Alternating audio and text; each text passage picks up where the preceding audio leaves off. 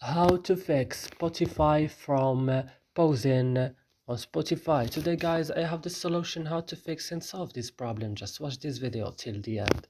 So let's start. So first you have to go and open settings of your phone. Then you have to go directly to apps or applications, and here you will find all the applications that you have on your phone. You will go directly to Spotify, and on Spotify go to storage option and go to clear data, then click OK, and now you have to go back and click on first stop and click OK, and that's it, your problem will fixed. So I hope guys this video is helpful for you. Don't forget to like and subscribe in our channel. See you in another video.